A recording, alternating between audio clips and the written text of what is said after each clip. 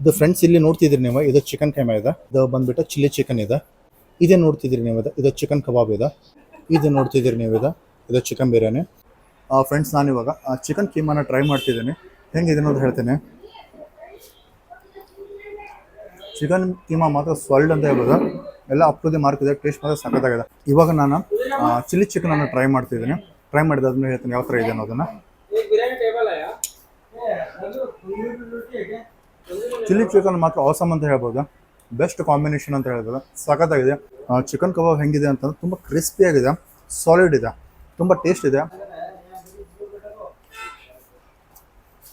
Taste ಮಾತ್ರ solid ಅಂತ ಹೇಳ್ತೀನಿ, ಗ್ಯಾರಂಟಿ ಇದೆ.